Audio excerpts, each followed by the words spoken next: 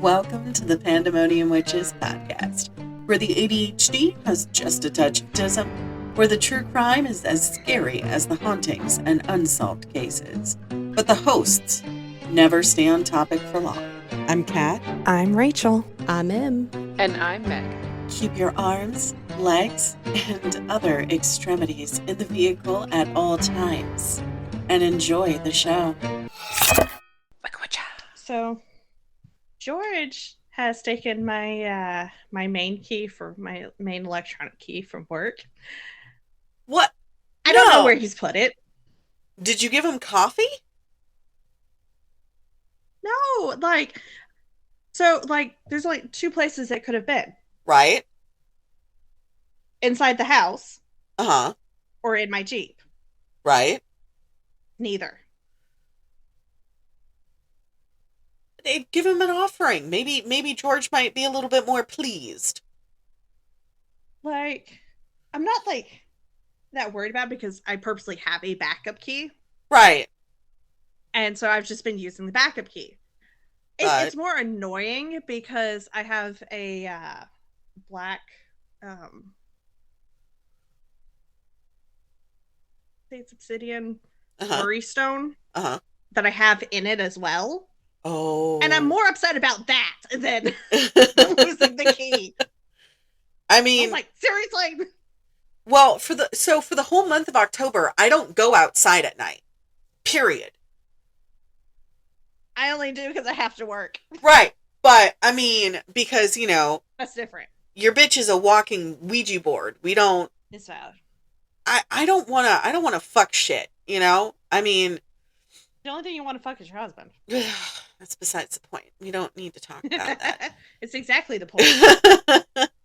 But it's funny because I had one of my friends, she's just like, hey, you want to go out? We're all going to go out, to here. Do you think you can be my DD? And I was like, oh yeah, when are you thinking of going? And she's like, oh, at this time. And I was like, oh.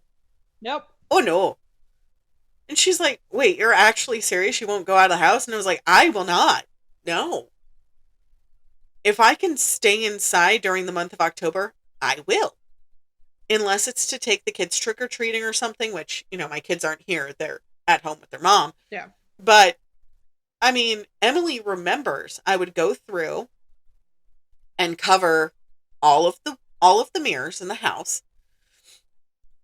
And she thought it was annoying, but after, I think it was 2 or 3 days, the spooky shit in the house stopped. Just the demon box in the kitchen wouldn't turn on by itself, and the TV wouldn't turn on by itself, and we just kind of lived with it. Yeah. I mean, because it was just easier. Right. I think it's funny though, but I mean, it's really funny because people will be like, I don't want to, I don't want to celebrate. Deal with it. Right. I don't want to celebrate certain things and do certain ways. Hold on.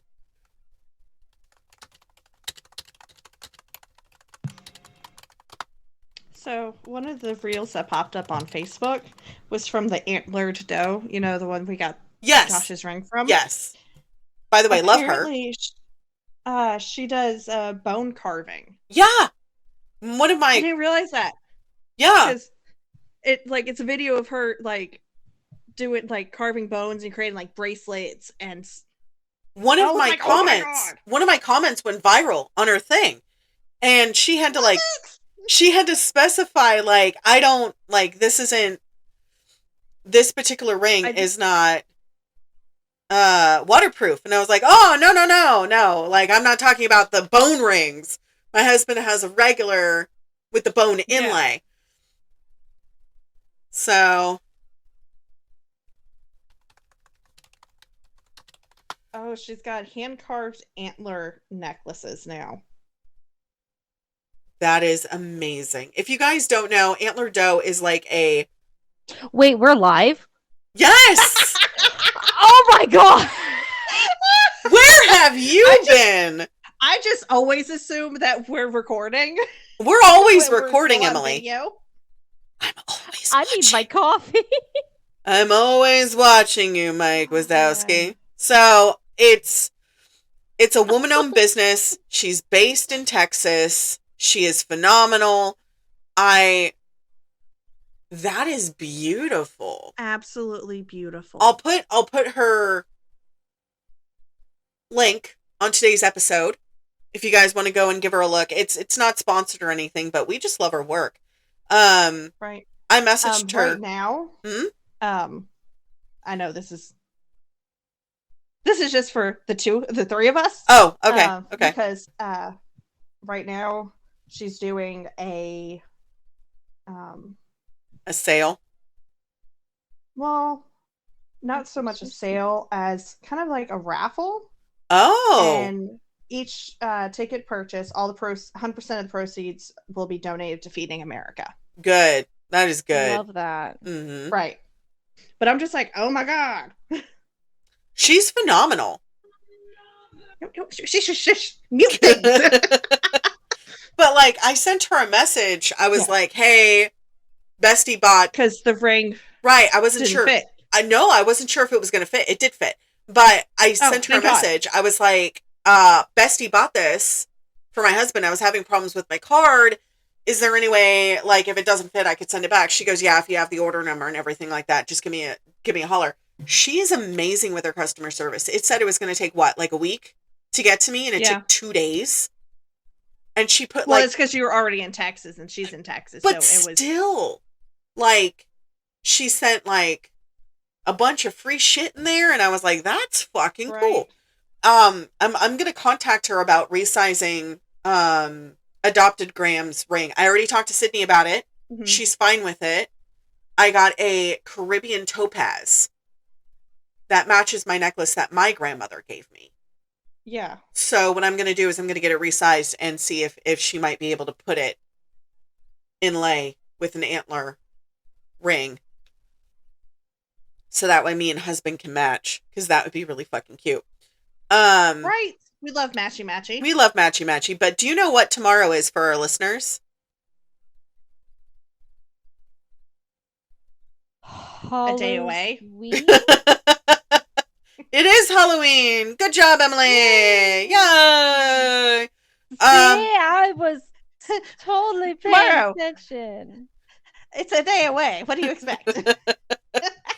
So, Halloween has been around for eons. Like, centuries, right? So, we're going to deep dive and we're going to do Halloween. Oh boy! I hope you guys are prepared for this. There is so much fucking research. I have two that are kind of tied, Halloween and Christmas. I'm obsessed. I would be more excited, but I'm focused. Yes. I used to enjoy Christmas growing up, but that's just because my grandparents were still around. Yeah. And they always made it a big thing. Like, they would come over and we'd do presents then. Mm-hmm. And, like, it was just always a bigger deal. And also, right. Because the magic of Christmas and everything. And then the older I got, losing grandparents. And then it got to the point where it was just mom and I at home. Mm-hmm. And I'm having to do all the decorating and then putting things away. And it just, I got burned out on it. And then when we moved in with Mimi after Hurricane Michael, I was having to do it while mom was keeping Mimi's attention off of what I was doing. And right. I got burned out. And so I do look forward to discovering the magic again. It's just going to take a while. It's going to take some time. And I mean, like, it took me a while to really get comfortable with Halloween again, because I wasn't allowed to practice it the way that I wanted to with my exes. Yeah. And it became like kind of a chore, because instead of it being fun and sort of like remembering what I needed to do to celebrate my belief, I was celebrating other people's beliefs instead. And that wasn't fair to me or fair to my heritage. So, I'm really quite grateful for when I moved to Virginia and I made friends with Emily. She let me celebrate Halloween the way that I was supposed to, with dinners outside every Friday and, giving offerings of dinner, but we're going to go into that. So, Halloween or Halloween, normally known as All Halloween or All Hallows Eve or Saints' Eve, also known as Devil's Night, is a celebration observed in many countries on October 31st to November 2nd. It's the eve of the Western Christian feast of All Hallows Day, and it's beginning of observance of All Hallowtide, the time of the liturgical year dedicated to remembering the dead, including saints, also known as hallows, martyrs, and the faithfully departed. Halloween is thought... as opposed to the unfaithfully departed. Yes. Halloween has been thought to have influences from Christian beliefs and practices, but it has since been noted that the beliefs have been stolen from other religions. I get into that very heavily detailed. You're welcome. So, the English word for Halloween comes from All Hallows Eve, beginning the evening before Christian holy days of All Hallows Day and All Saints Day on the 1st of November. All Souls Day is on the 2nd of November.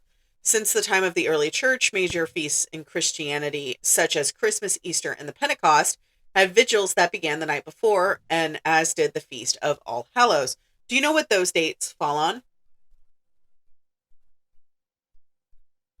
The 31st. No. Well, yes, I but don't know. The Wiccan and Norse calendar. Of course they do. So, like, I knew it, but I couldn't remember it. I was like, I know this. Why can I not bring it to my surface? So there's 8 seasonal festivals for the Wiccan and the Norse calendar: Yule, Imbolc or Imbolic, Ostara, Beltane, Litha, Lugnasta, Mabon, and Samhain. So Samhain spreads 4 days. Mabon is an autumn equinox type of thing. And these are sacred days. Okay. So, of course, these 3 days are collectively called All Hallowtide and are a time when the Western Christians honor all saints and pray for the recently departed souls who have yet to reach heaven. Commemorations of all saints and martyrs were held by several churches on various dates, mostly during springtime, which is also known as Ostara. So, I thought you said our God, and I was about to start singing a really bad song. I hate you. In the 4th century, Roman Edessa was held on May 13th, and May 13th, 609, Pope Boniface IV rededicated the Pantheon in Rome to Saint Mary and all the martyrs. It was the state of Lumeria of ancient Rome to become the festival of the dead. In popular culture, the day has become a celebration of horror, being associated with the macabre and the supernatural. One theory holds that many Halloween traditions were influenced by Celtic and Gaelic harvest festivals, particularly the Gaelic festival of Samhain, which is believed to have pagan roots. It is not pronounced Samhain or Samhain. It's pronounced Samhain. Samhain. Or Samhain. Like some shows we know. Samhain. Oh my God. I'm not going to say it. I'm going to carve a turnip this year instead of a pumpkin. Yes. I will also carve a turnip. I would do a beet so it'd be nice and bloody, but they're not big enough. Oh. Yeah, you're right, Em. It's not me. Stop doing that. We've been through this. I'm sorry. The problem. I don't have a slider mic. It's M. Her. Yes, she's the problem. It's her. So. It's always me. So, do you guys want to know the history?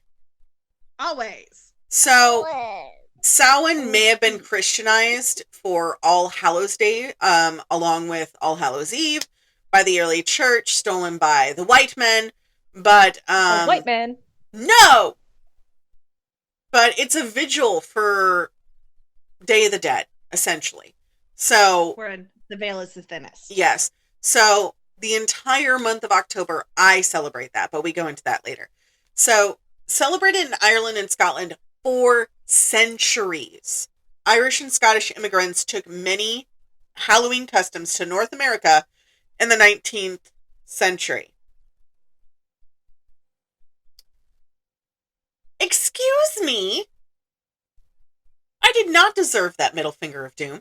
So, through American influence, various Halloween customs spread to other countries beginning in the 20th and the 21st century. So, popular activities include trick-or-treating, costume parties, carving pumpkins or turnips into jack-o'-lanterns, lighting bonfires, apple bobbing, divination games, playing pranks, visiting haunted attractions, telling scary stories, watching horror, and Halloween-themed films. Did you know you have to be 21 or over in order to drink in America, but only 8 to summon demons?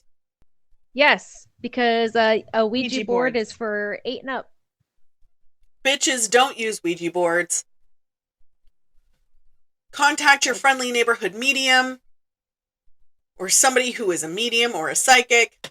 Please don't use Ouija boards.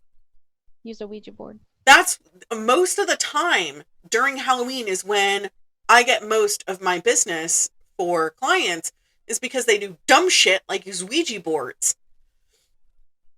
Unless you know Aw. exactly what you're doing. Some people practice the Even Christian. then, though, don't Serious. fuck with it.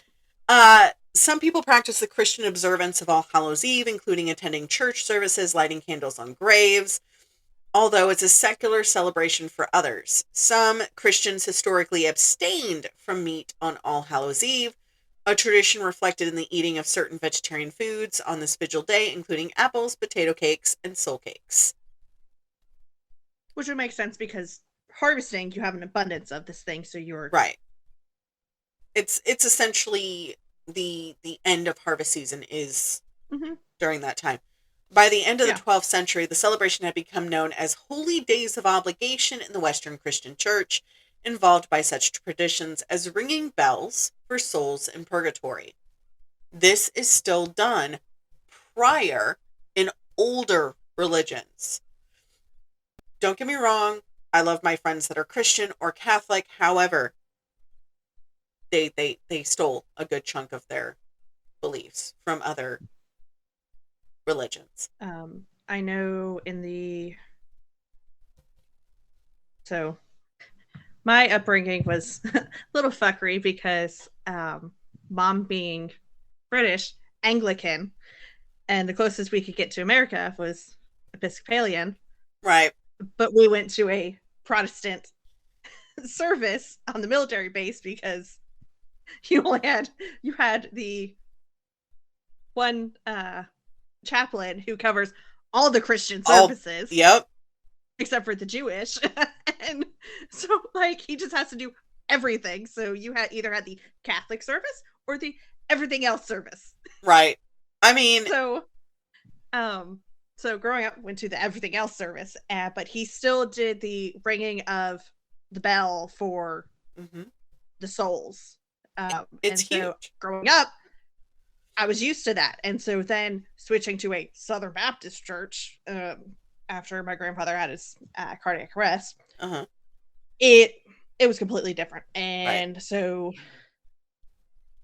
like part of my beliefs now as a witch, it reminds me of my upbringing with a lot of the things from those services, because they're the same, because they were taken from the pagan and cultural. Yeah. And I mean, a lot of the people that I've come across that are, I don't want to say ignorant, but they are very ignorant when it comes to like practicing, because they're just like, well, they're just a bunch of Nazis, guys. No. The nicest people that I have met have been part of the neo-pagan culture, and they're all like, okay, so this is your belief. All right, so are you okay if I share my beliefs? And they're very like nice about it.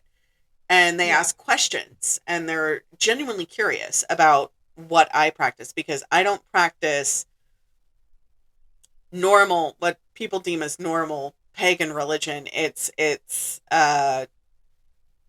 sort of And neo-pagan is completely different from the right, Nazis. right. Two completely different Two things. completely Same different things. area. Yes. Same area, but yes. two completely different things. And I did find out from a good chunk of my friends that there is a signature board going around, people trying to remove certain symbols from being republished and reinstituted. Because which is great, but at the same time, those symbols existed before correct. That group got a hold of them and used it for their own devices. Evil but agenda. The reason they're trying to get rid of it is because a lot of people are trying to like change it and say it's getting better. And I'm like, I'm all for, as somebody whose family was in that time, I'm all for them. It's not though. No, I'm all for them removing these symbols. Well, no, I was saying for the people saying that it's getting better. I was like, no, but no, it's not though. It's not. But I'm totally going off a tangent. I can talk about this for hours. Oh, so, 100%. By the end of the 12th century, the celebration of Halloween became known as the Holy Days of Obligation, which we talked about. It's customary for criers dressed in black to parade the streets, ringing a bell. This would be known. Bring out your dead. Bring out your dead. This would become known as more mournful sounds and calling on all good Christians to remember the poor souls. The All Hallowtide custom of baking and sharing soul cakes for all christened souls has been suggested its origin for trick-or-treating. Soul cakes are commonly known like king cakes during Fat Tuesday, that kind of stuff.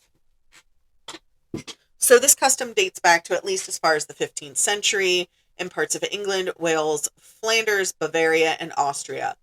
Groups of poor people, often children, would go door to door during All Hallowtide, collecting soul cakes in exchange for praying for their deads, especially the souls of the giver's friends and relatives. This was called souling. So soul cakes were offered for the souls themselves to eat, or the soulers, who would act as their representatives to pray for them. As with Lenten tradition of hot cross buns, soul cakes were often marked with a cross. I know, I have that song in my head now too, thanks. Indicating that they were baked as alms. Shakespeare mentioned souling in his comedy Two Gentlemen of Verona passages. While souling, Christians would carry lanterns made out of hollowed turnips, which would have originally represented the souls of the dead. Jack-o'-lanterns were used to ward off evil spirits. The reason they used turnips is because that's what they had. Yeah, because they weren't specifically growing pumpkins. They had Correct. the root vegetables that they were going to use throughout the year. Some of them happened to be turnips. Right, some of them. Which would get really big. Turnips, beets, squashes. A few of them I found were gourds. And a lot of times it was ones that they were going to feed to the animals anyways, because they weren't going to last. Like there was something wrong with it, so they just went ahead and carved it out. Right. Sorry, I'm cracking my knuckles. Oh. So, on All Saints' Day and All Souls' Day during the 19th centuries, candles were lit in homes of Ireland, Flanders, and Bavarian Tyrol, where they were called soul lights, that served to guide souls back to visit the earthly homes. People saw this take an uptick during World War II, where people would place them in the windows after they found out that their loved ones had passed away. In many of these places, candles were also lit on graves on All Souls' Day. In Brittany, libations of milk were poured on the graves of kinfolk, where food will be left out overnight on the dinner table for returning souls. So that's, common in Tyrol, Italy, Spain, Portugal. It's traditionally believed that the souls of the departed wandered the earth until All Saints' Day and All Hallows' Eve, provided one last chance for the dead to gain vengeance on their enemies before moving to the next world or complete whatever task they were needed to be given. Vengeance! Vengeance will be mine! In the Middle Ages, churches in Europe that were too poor to display relics of martyred saints at All Hallowtide let parishioners dress up as saints instead. Some Christians observe this custom of Halloween today. I'm gonna skip past that. Okay. People who have gone to Renaissance fairs. You've seen the people dressed in all black with these skull masks. Those are known as the dance Of macabre. course. I used to hang out with the dance macabre. They're some pretty cool bitches, let me tell you. Dance macabre was sometimes enacted in European village pageants and court masks, with people dressing up as corpses from various strata of society. I love that. Not the status of society. Em just sent a graphic to the group because she's a phenomenal artist. For those of you who don't know, come on, you're making that cup with the praying hands that say "Try Jesus, not me," because I throw hands. I give up with cups at this point. I can't That's seem okay. to make them right. I really want a bumper sticker that says "Try Jesus, not me, I throw hands." I mean, I showed you the praying hands with the brass knuckles, right? Yes, I want that one. Oh, So, did I show you the Aries I made? Total side note. Yes, you did. Did I show you the second Aries I made? No. So, the dance macabre may be the origin of people dressing up for costume parties for Halloween. So, in Britain, the customs came under attack during the Reformation as Protestants berated purgatory as a popish doctrine, incompatible with the Calvinist doctrine of predestination. State-sanctioned ceremonies associated with intercession and the saints of prayer for souls in purgatory were abolished during the Elizabethan reform. For some nonconformist Protestants, the theology of All Hallows Eve was redefined as such. Souls cannot be journeying from purgatory on their way to heaven, as Catholics frequently believe and assert. Instead, the so-called ghosts are thought to be in actuality evil spirits. Okay, I like the one where he's behind the shield. That's kind of cool. I really like that. Other Protestants believed in an intermediate state known as Hades, which is in Greek lore. In some localities, Catholics and Protestants continued soulings, candlelit processions, or ringing of the bells for the dead. The Anglican thank you, Church eventually suppressed the bell ringing, which is why in most Catholic ceremonies you don't hear of it anymore unless it's for firefighters or policemen or prominent members. Huh? Special reasons. Yeah, prominent members of society, stuff like that. They did do the bell ringing for Diana. May she rest in peace. But I think she also the Queen Mother too. I think they did for her. I think they also did it for Lizzie. I don't think they did it for Philip. I don't think so either. I'm pretty sure they did it for Lizzie, though. So, after 1605, Hallowtide was eclipsed in England by Guy Fawkes Night, which is the 5th of November. Remember the 5th of November. People set off fireworks. Yep. So and burned figure statues. Yeah. So I did research into that because I was like, this is fascinating. So if you guys want to read into that, go ahead. But one little excerpt I'll read is one family held a bunch of burning straw on a pitchfork while at rest and knelt around him, praying for the souls of relatives and friends until the flames went out. So literally lighting things on fire and watching it burn, which is where Pretty Devil's Night came from, which is the day before, essentially. Came from. Yes. Sorry. I have an itch in the center of my back and I have to kind of like contort to get to you can't it. reach it. Yeah. So, I know you've heard of Derby. So over there as well, it's called lighting of the Tyndall fires. And these were originally lit to guide the souls back to Earth, which is why they had the fireworks and everything like that. So in parts of Italy until the 15th century, families left meals out for ghosts and relatives before leaving for church services. So it'd be typically when they were having their breakfast or their dinner, they would leave a plate. And Emily still does this, like I do. Typically every Friday, I would make an extra meal, set it to the side. I would put it in a small bowl or a small plate. And then because Josh wasn't home, did not feel comfortable lighting a fire in the backyard. So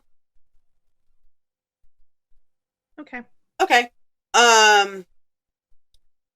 I just threw it out. But yeah, when I tell you that Em and the kids still do it, it's so cute.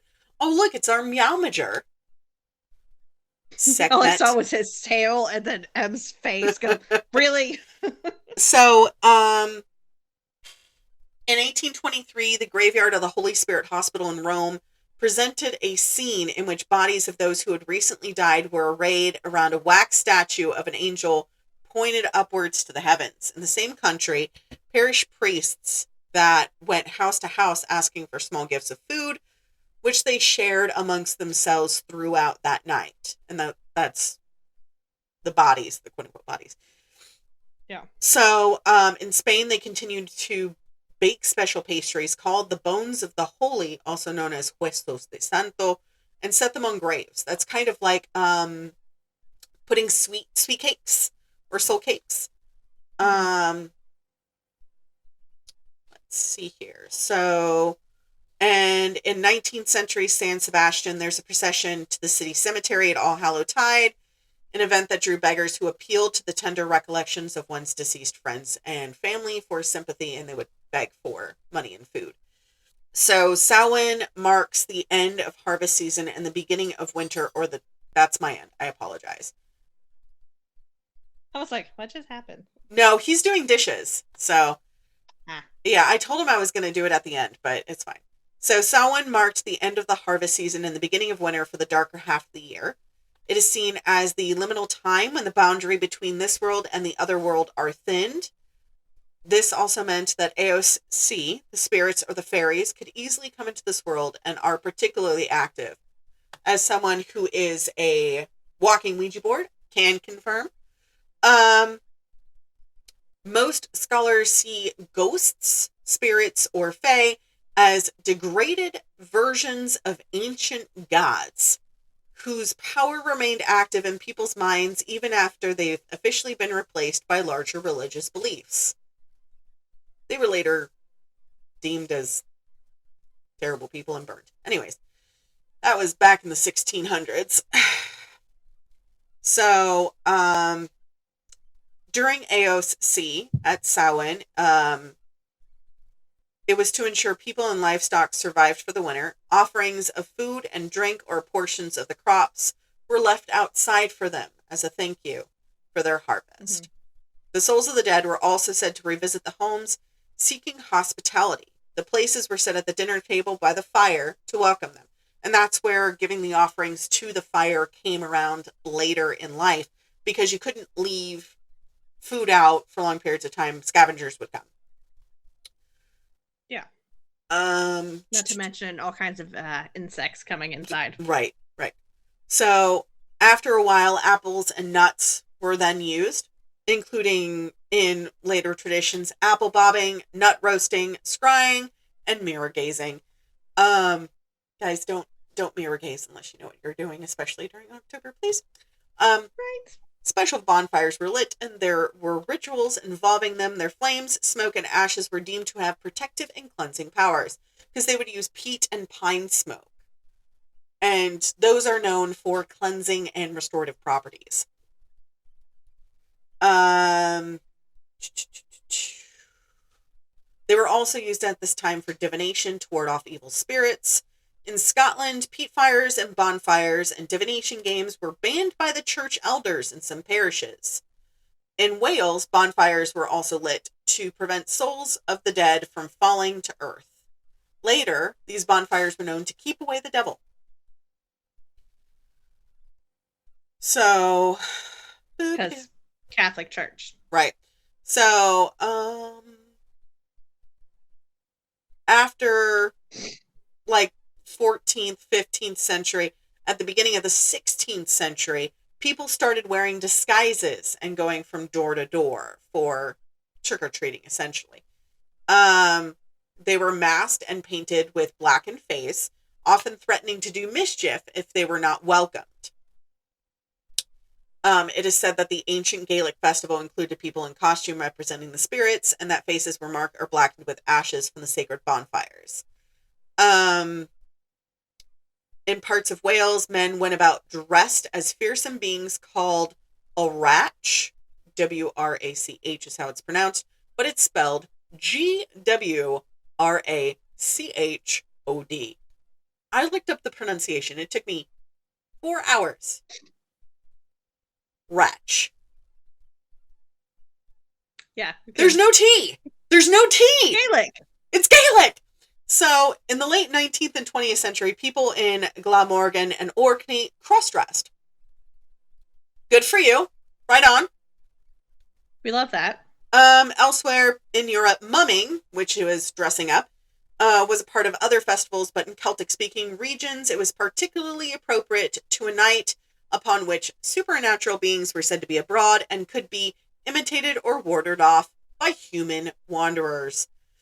From at least the 18th century, imitating malignant spirits led to playing pranks in Ireland and Scotland Highlands, wearing costumes and playing pranks at the Halloween, and did not spread to England until the 20th century.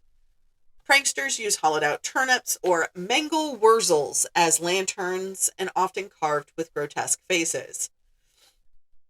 So they were in common parts of Ireland and Scottish Highlands, and as well as in Somerset, which is also known as Punky Night or Devil's Night. In the 20th century, they spread to other parts of Britain and became generally known as jack-o'-lanterns. So now, we're going to cross the good old US of A.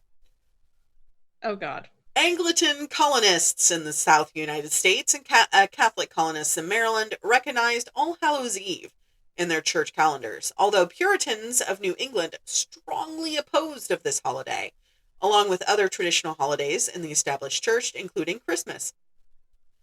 Almanacs of the late 18th and early 19th century give no indication that Halloween was widely celebrated in North America. It wasn't until after the mass Irish and Scottish immigration in the 19th century that Halloween became a major holiday in America. Mm-hmm. Most American Halloween traditions were inherited from the Irish and the Scots, though, direct quote, in Cajun areas, a nocturnal mass was said in cemeteries on Halloween night.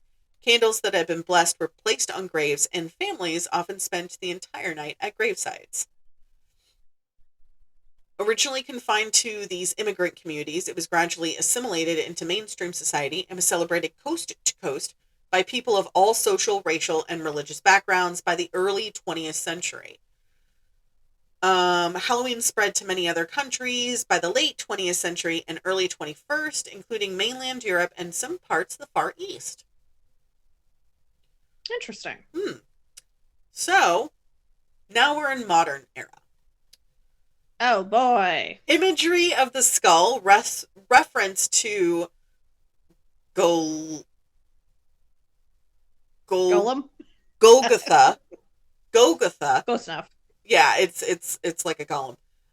Golgotha in the Christian tradition serves as a reminder of death and the transitory quality of human life. Excuse me. It is constantly found in memento mori and Vanitas compositions. Skulls have been a commonplace in Halloween, which touches on this theme of morbidity. Traditionally, the back walls of churches are they might be black. They could be. You don't know. Are decorated with depiction of the Last Judgment, complete with graves opening and the dead rising, with a heaven filled with angels and a hell filled with devils, a motif that has permeated the observance of the tried them. One of the earliest works of art of Halloween is from Scottish poet John Mayne, who in 1780 made notes of pranks from Halloween. What fearful pranks ensue, as well as a supernatural associated with the night, bogles, or ghosts, influenced Robert Burns' Halloween of 1785. Black cats have long been with witches, also common symbol of Halloween. Black, orange, and sometimes purple are Halloween's traditional colors, did not come out until the 20th century. Of course. Did you know that black cats are actually good luck? So is the number 13. Yes, but has to do with the witch hunts. Witch hunts, yeah. Is what it became a thing where it was an evil thing, which also led to the mass spread of the Black Plague because they got rid of the cats. Led the rats that were infested with the bubonic plague infested fleas to run rampant through towns, and that's why it spread so quickly, because they got rid of the cats. What killed the rats? The cats. So they kind of led to their own destruction, which is horrible. All because they thought cats were evil.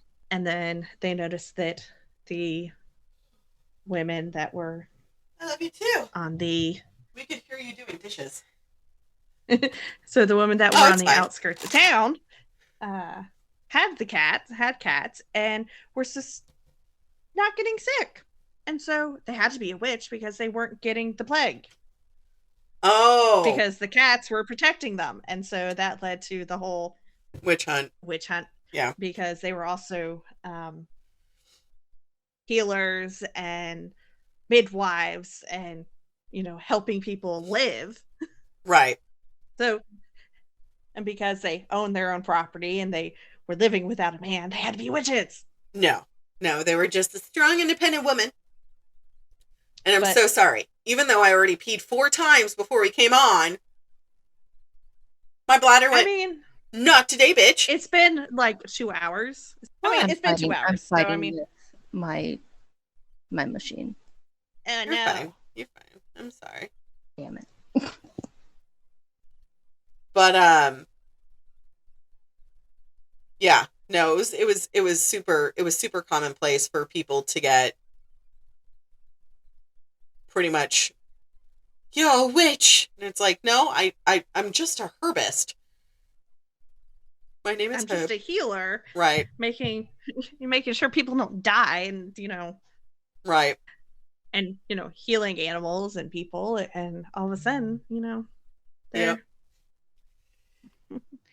So these horrendous people. So we talked about guising. We talked about people dressing up and everything like that. Costuming became popular for Halloween parties in the U.S.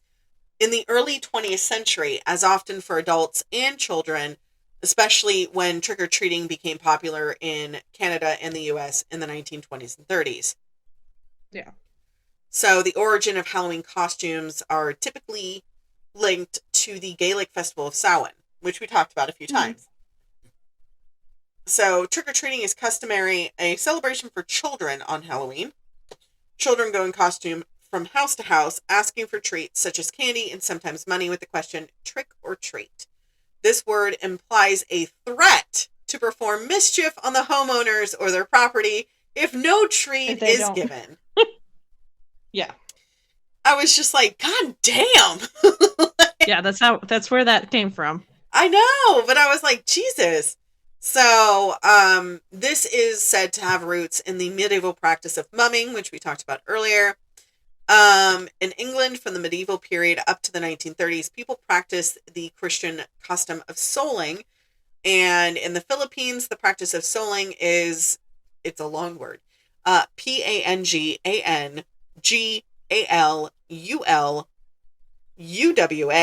and is practiced on All Hallows Eve among children in the rural areas. Rural. Thank you. People. I'm sorry. Basically. So, people will drape themselves in white cloths to represent the souls and then visit houses, think original Beetlejuice. In Scotland and Ireland, guising in different costumes, going to door. It is hideous. I did not save the photo because it gave me nightmares. It's a great historical photo. However, lots of blackface. Yeah. Yeah. Don't that is frowned upon now, guys. So the thousands of Halloween postcards produced between the turn of the 20th century and the 1920s commonly showed children, but not trick-or-treating. It didn't become widespread practice in Northern America until the 1930s, with the first U.S. appearances in term 1934 and the first national publication occurring in 1939.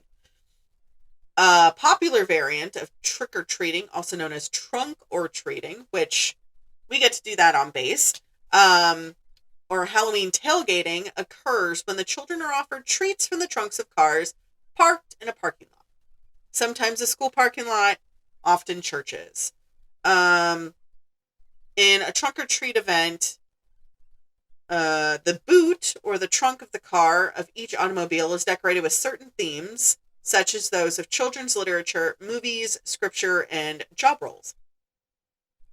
So there are lots of games. We talked about apple bobbing. We talked about mirror scrying. Another one would be an apple would be peeled in a long strip, and then the peel would be tossed over one's shoulder into water or on land. Typically, it'd be in water, and then the peel is believed to land in the shape of the first letter of the future spouse's name.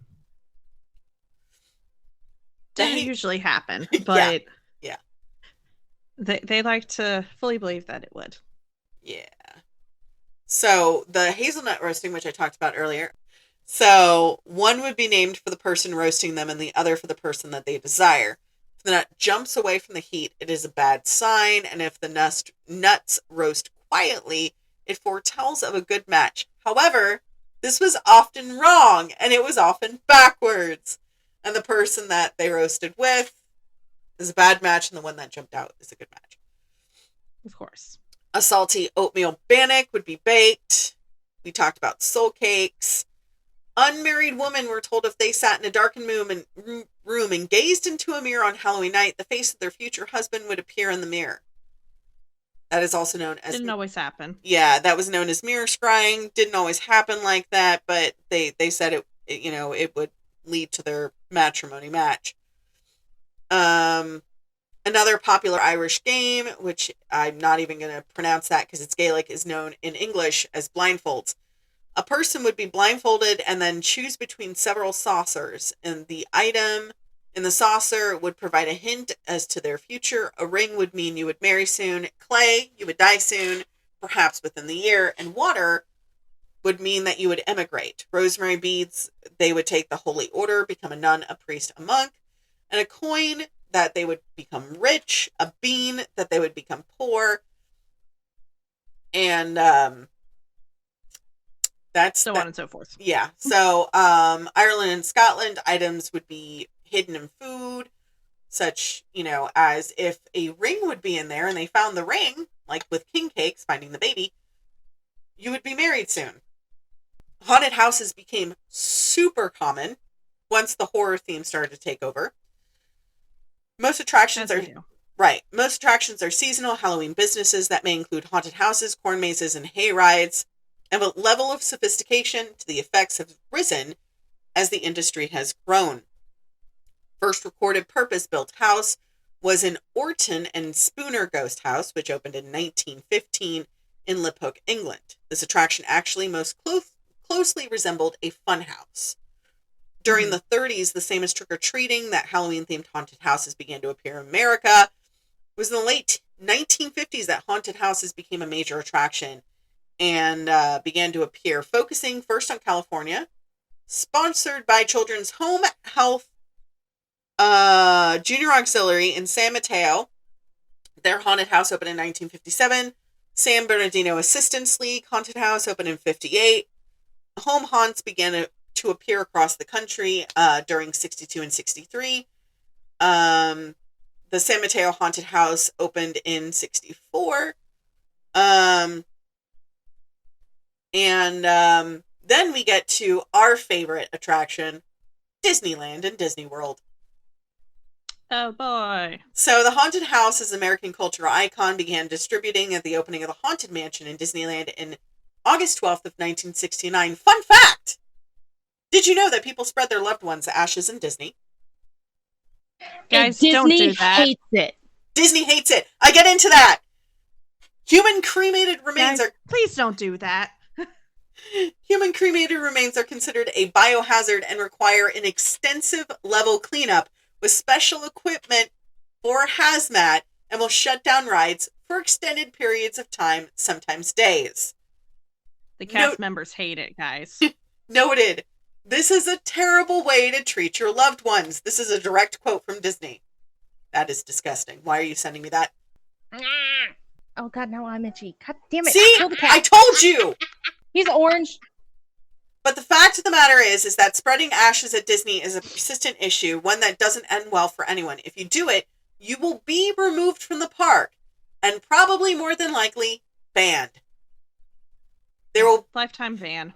There will be thousands of angry customers. Yep. Probably taking their frustrations out on blameless cast members, which are Disney employees, and they can't access the ride due to hazmat cleanup.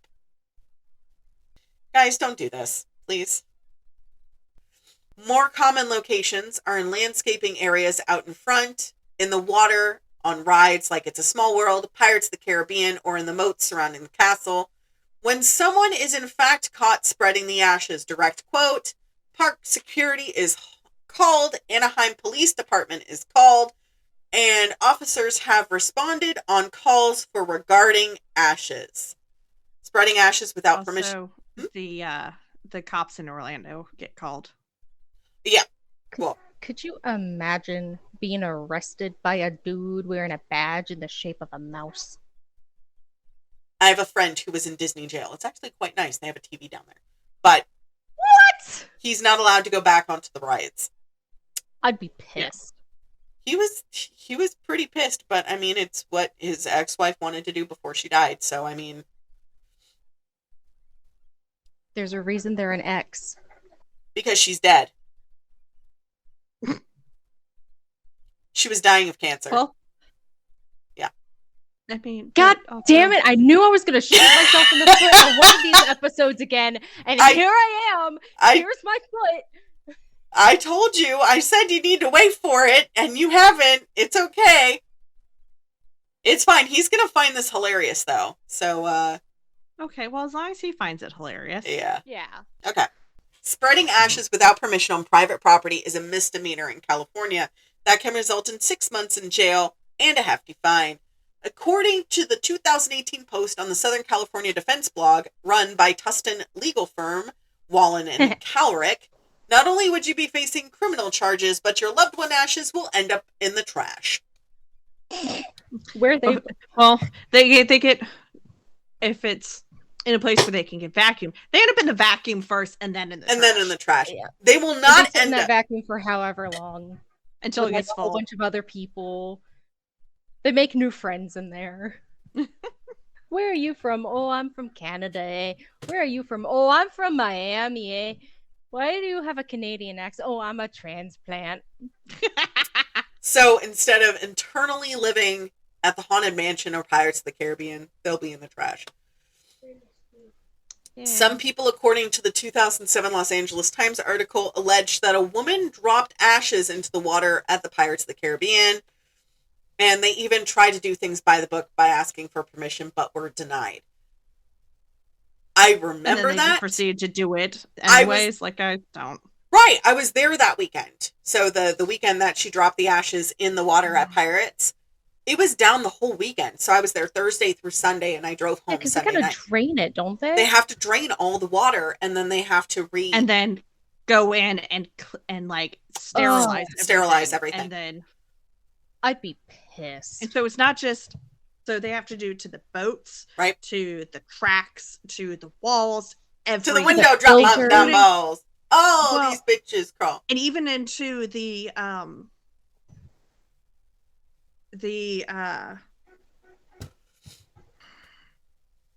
words are there. I believe in you.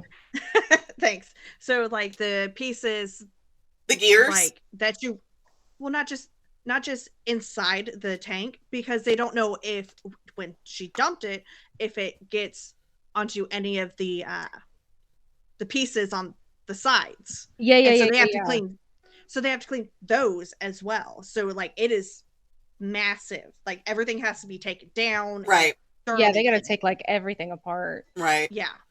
So it's not just like the water that has like the Everything. water part.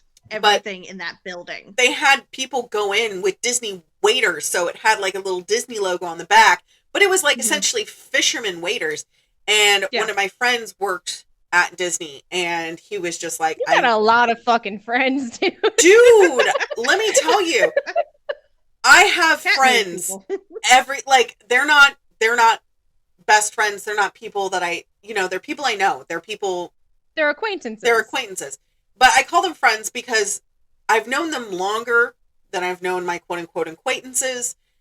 This guy I grew up with, he was the one that worked at Disney. His wife lives at Disney. She's my friend. Like it's friends of friends of friends of friends. Yeah. But I'm not saying like how you lie. I'm just saying you know a lot of I do know a lot of people, mainly because of my mother, but I mean over a cumulative of time. Yes. So Knott's Farm opened. Pepperidge Farms remembers. They opened their haunted attraction, Not Scary Farm, in 1973. I really want to go because I heard it's really, really good. And have fun. Thanks. Evangelical Christians adopted a form of these attractions known as hell houses in 1972. But the first Halloween haunted house, Rachel, you're going to be mad at me, are run by a non-profit organization, was produced in 1970 by the JCs. We used to have one here, and it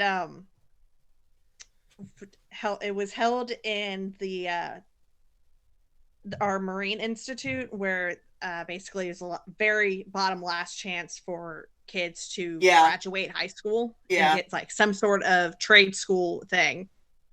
And so they would have it in the building, and then like all proceeds would go to the Marine Institute.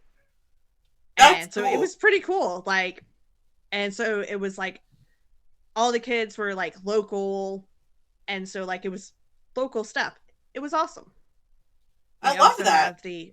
Unfortunately, Hurricane Michael damaged the building, and so they haven't done it since, which I hate. Yeah. Damn, thanks, Michael. Piece of shit. For real. But they still do the Christmas stuff. Right. I wish they would bring back the Halloween stuff, but beggars can't be choosers sometimes. I mean, I'm gonna be choosing beggar. So I said no pickles, goddammit. So the last JC's haunted house was produced in 1982.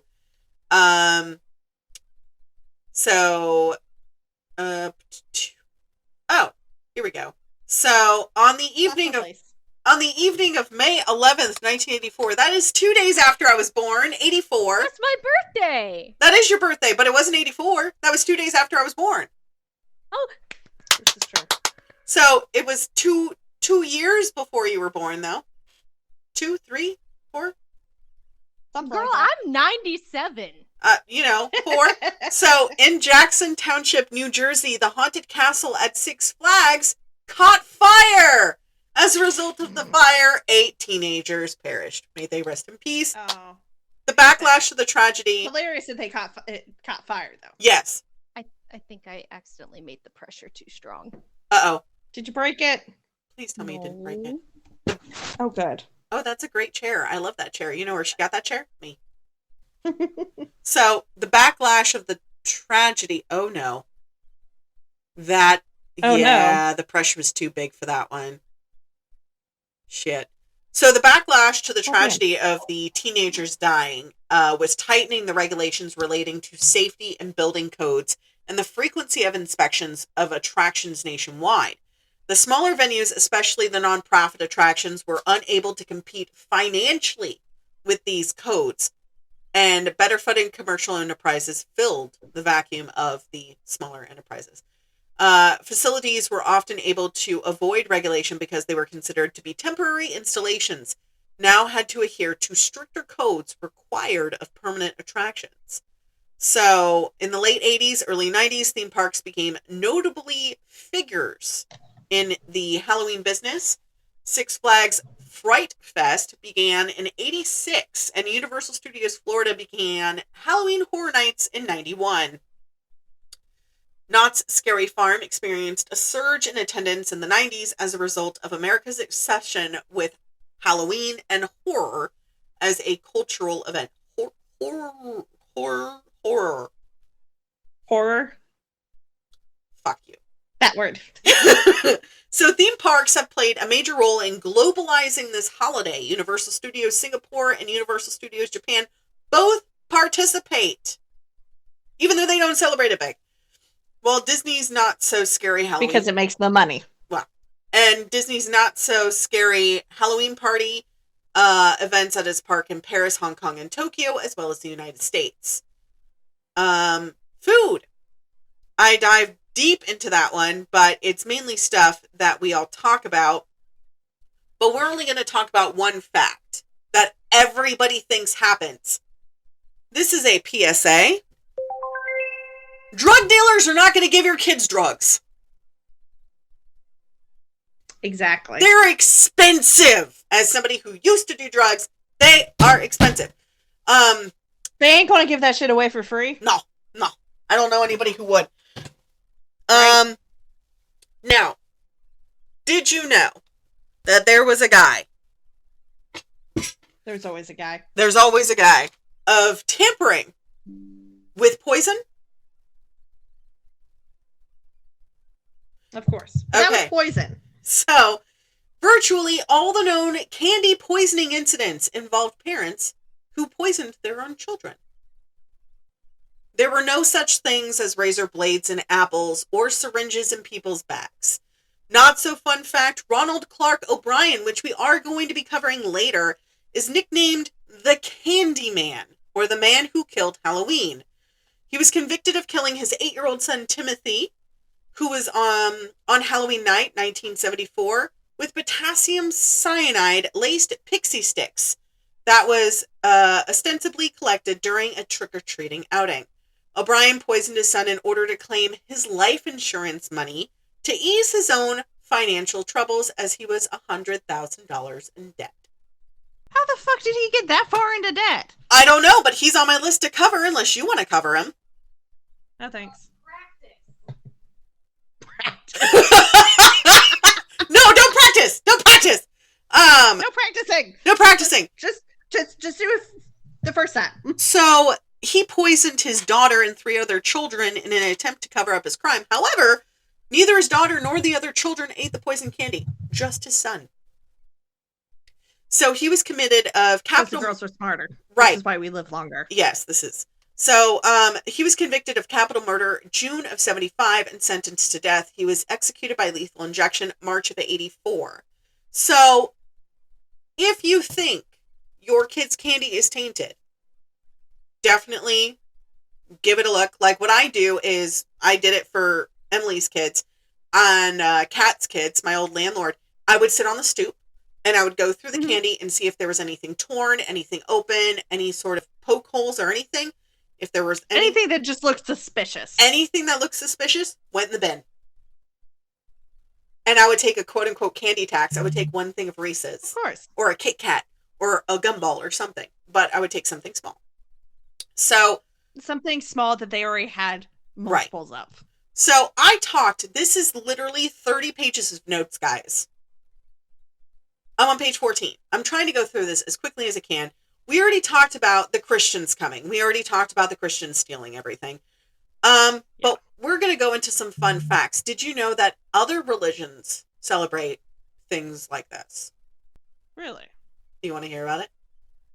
Always. Okay. I love hearing about different things I don't know about. I have a beautiful friend. Her name is Melissa. She is Jewish. I have given her 2 menorahs, of which I have no idea what happened to them in shipping. One of them was a stegosaurus. Another one was Jeff Goldblum from Jurassic Park. They were all dinosaur-themed menorahs. I love it. It's our ongoing joke with each other. Judaism, Halloween is not permitted by Jewish halakha because it violates Leviticus 18:3, which forbids Jews from partaking in Gentile customs. Many Jews observe Yizkor communally 4 times a year, which is vaguely similar to the observance of All Hallowtide in Christianity and All Hallows Night in other cultures. In the sense that prayers are said for both martyrs and for one's family. Nevertheless, many Americanized Jewish families celebrate Halloween disconnected from its Christian origins. Yeah. Well, yeah. Right. So, a rabbi, Jeffrey Goldwasser, said that there is no religious reason as to why contemporary Jews shouldn't celebrate Halloween, while Orthodox Rabbi Michael Brode has argued against Jews observing the holiday. Purim has sometimes been compared to Halloween, in part due to some observants wearing costumes, especially biblical figures described in the narrative. And it is stated that people who celebrate with Islam or Muslims should not participate in Halloween, stating that participation in Halloween is worse than participating in Christmas and Easter. It is more sinful than congratulating the Christians for their prostration of the crucifix. Interesting. It is. I wonder why that is. No. I would like to learn more about that. I love learning more about different religions. I go into like 7 or 8 different religions. So Hinduism, Hindus remember the dead during the festival of Pitru Paksha, during which Hindus pay homage. And, she's talking to the cat, not me. To perform a ceremony to keep the souls of their ancestors at rest. It is celebrated in the Hindu month of Bhadrapta, usually in mid-September. I've been to one of these. The Hindu festival Diwali sometimes conflicts with the date of Halloween, but some Hindus choose to participate in the popular customs of Halloween. One of my friends celebrated Diwali, and she goes, "My family wants to know how you celebrate it." And I got to show her how I made an ofrenda, and I made sweet cakes, like cookies and stuff like that, and I made dinner, and then I turned off all electricity once the sun went down. And she's like, "Seriously?" And I'm like, "Yeah." And Emily, her kids thought it was the weirdest thing on the planet, but Emily was like, "This is fucking awesome." This little shit bit me. Bop him. Sorry. Can you hear him? No. Is he purring? Yes. The Purinator 5000. So we talked about neo-paganism earlier, right? Mm-hmm. There's no consistent rule or view on Halloween amongst those described themselves as Wiccans or neo-pagans. Some neo-pagans do not observe Halloween, but instead observe Samhain on November 1st. Some do enjoy Halloween festivities, stating that no one can observe both the solemnity of Samhain in addition to the fun of Halloween. Okay. It's always fun to celebrate Halloween too, especially if you have kids. I was not going to say nepotism. I thought you were going to say nepotism. No. I thought it's nice to celebrate Halloween too, especially if you have kids, because when they're young, they don't know why they can't, go out and do Halloween with their friends at school. You know, that's like with the kids, we typically don't do from Santa. It's from Odin, because we follow Yule. We do Yule. But until the kids are older, all of their stuff, it's from Santa. Because, we got this from Santa. We got this from Santa. Well, I got this from Odin. Well, who's that? It's easier just to, until they get a little bit older, everything is from Santa. I mean, makes sense. For my kids, which I don't get any really expensive gifts from Santa. Mm-hmm. It is the inexpensive gifts. It's socks. It's socks and clothes. And it's the practicality stuff. Yeah. Because I never want to be that parent that's like, Mama, why did little Johnny get a PS4 from Santa, but I got a T-shirt. Does Santa, did I make it on Santa's naughty list? Like, why doesn't Santa like me? It's the So questions. yeah, so it's the practical stuff comes from Santa. The big ticket items, the Switches, the games, the movies, the stuff like that, that comes from mom and dad. Right. And that ties into with how it, was originally was, when they were hanging the stockings up, it would be a piece of fruit and Mm-hmm. something like practical in the Yeah. stocking. And that's usually like, so growing up, a lot of times it would be, some fun things would be from Santa or Yeah. Mrs. Claus. But the way my family did is we also incorporated, Frosty the Snowman, or the snowman, the elves, Yeah, the yeah. reindeer. Like we incorporated like the whole thing Yeah, into see, like the gifts. we And so like never, the yeah, like, elves would give like accessories to an item that like Santa or like Mrs. Claus did. So like they would do like accessories yeah, yeah, and the reindeer would do like some sort of like outside toy, um or like something like we could use outside. yeah, And so like Frosty would do something like cold related, like a yeah, winter coat or something to like keep hot us warm. chocolate. Yeah.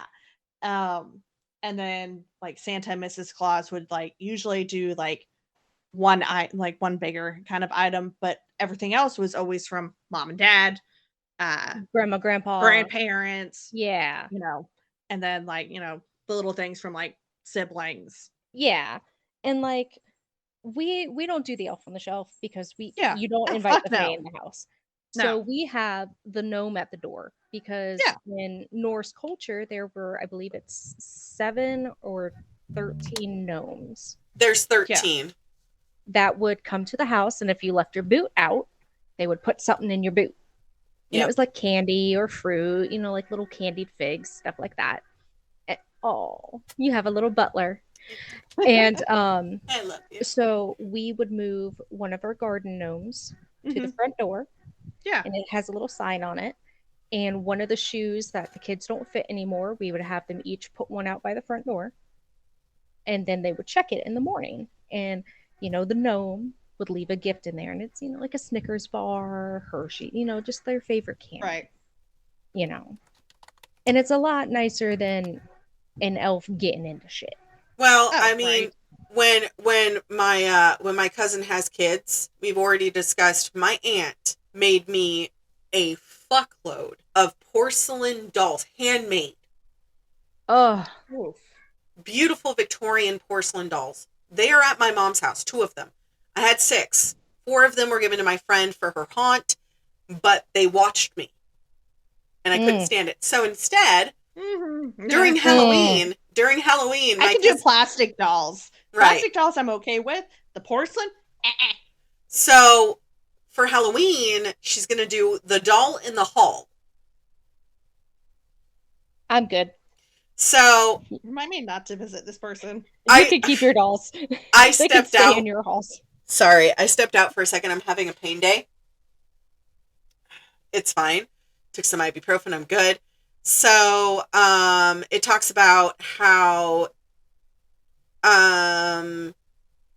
Wiccans don't officially celebrate Halloween, despite the fact that October 31st, they have a star beside it in their Wiccan calendar. I have plenty of friends that are Wiccan or pagan, and a lot of them do celebrate Halloween, but they celebrate Samhain.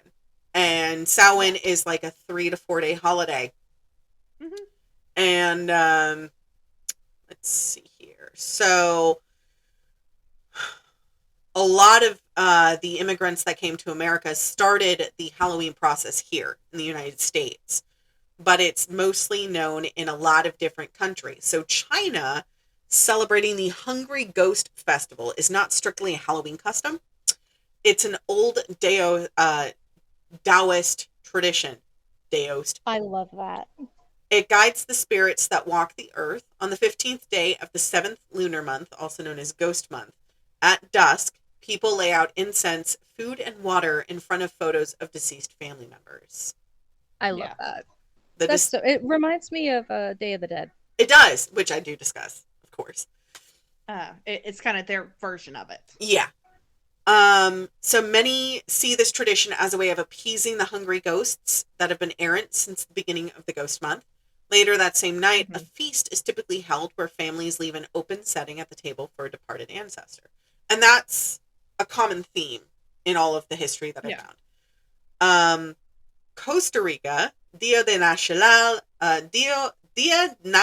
de la Mascarada Costarricense.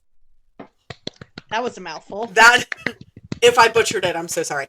So every October 31st, Dia de la Mascarada is celebrated throughout Costa Rica. Participants wear large, colorful, handmade masks and dance. That's cool. Right, and dance through the streets to folk music. This is a 200-year-old tradition traced back to pre-Columbian customs and carnival. No shit. Wow. Yep. The significant parades occur in Cartago, Escazú, and Borrava de Heredia, well-known cities for mask-making skills, which that's where there's a horror movie about a luchador that has a luchador mask. That's where the movie's based. Yeah. You know, the one that we watched that you were like, this is such a terrible movie? Yeah, that's where it's based. It's so terrible, it's good. Yes. So the Cimarron band's music played during the parades is one of Costa Rica's oldest traditions, along with the masks. So in France, to be blunt, it's not celebrated as so much as tolerated.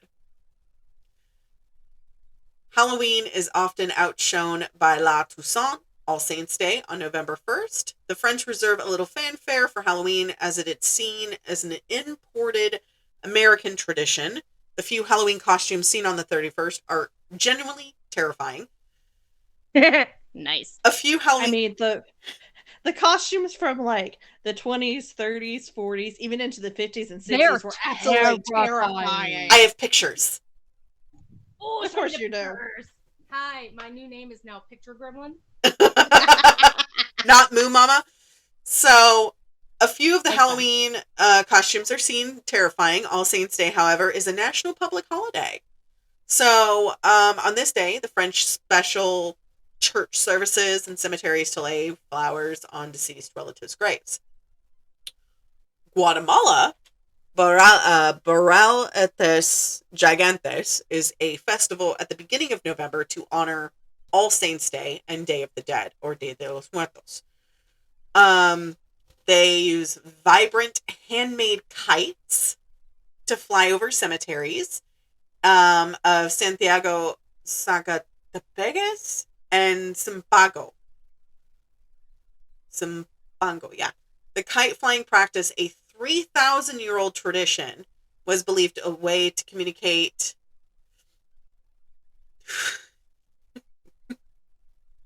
with the deceased. I'm sorry, I'm not laughing over that. Rachel just put the best compliment you could ever give a woman is that look. You look like you could scare weak men. It's true. It is. The kites are works of art constructed of paper, cloth patches, and bamboo, representing symbols of their ancestry and contemporary social skills. There is a thing in Haiti. Fête Ged, or Festival of the Dead, is a verve of Halloween tradition with a completely different cultural backdrop. This is one of the times where I will speak about voodoo. I do not like doing it because it is respected for me and my culture. We don't fuck with it. Right. We don't talk about it, we don't fuck with it, but because it's part of this history, we do. So November 1st and 2nd, Haitian practitioners of voodooists pay their respect to Baron Samedi, father of deceased spirits. Voodooists dance in the streets to communicate with their dead and walk through graveyards where they feed their ancestors with food from their own table.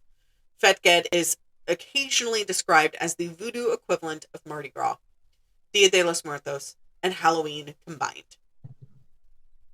I love that. That's actually really cool.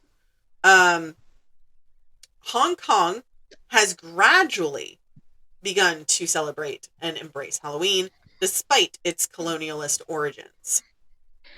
And that's big coming from Hong Kong, considering Right. all the shit they've been through. The best place to go in Hong Kong for Halloween is Disney. Of Are course. you? The event Because it's includes Disney. the event includes an interactive performance by Disney villains who sing original songs crafted specifically for this date. For Halloween with local flavor, visit Hong Kong's largest theme park, Ocean Park in Hong Kong. Hello! Hello! Meg!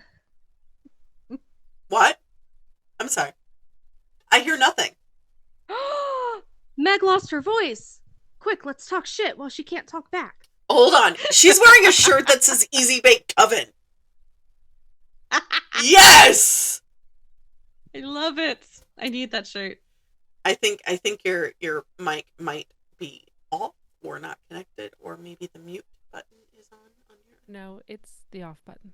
Oh, my glorious loving Meg. Whatever shit was happening in the chat, it was just too much for me to leave. So here I appear So to make sure y'all are okay. No, we we're are not not. okay. Okay. When are we I was ever? fighting with the machines. She had some rage Fighting against the with machine. Okay, Bumblebee. But I did draw this really cool thing.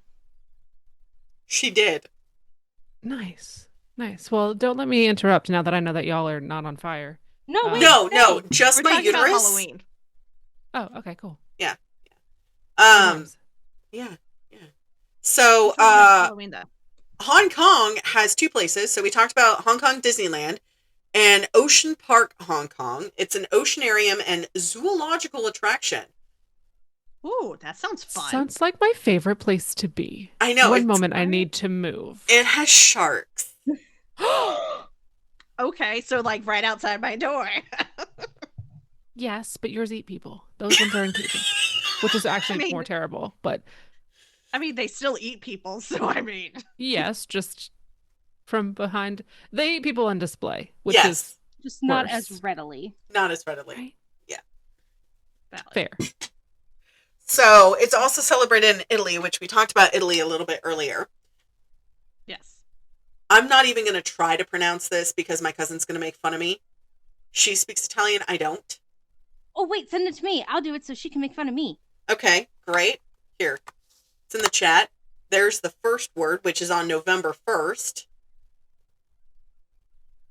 Agnesanti? Sure. Let's go with it. Yeah. It's also That known was- as All Saints Day. Such an American pronunciation, and I butchered it. Italian is not one of my languages. French, German, sign language, not Italian. I know what this next one is because it's Day of the Dead. Giorno dei Morti. There you go. That sounded actually very nice and Thank much better than whatever voice I used. No, yours was great. Great. It's typically time to be with your family, and they do have mass for 3 straight days. Oh, my poor niece.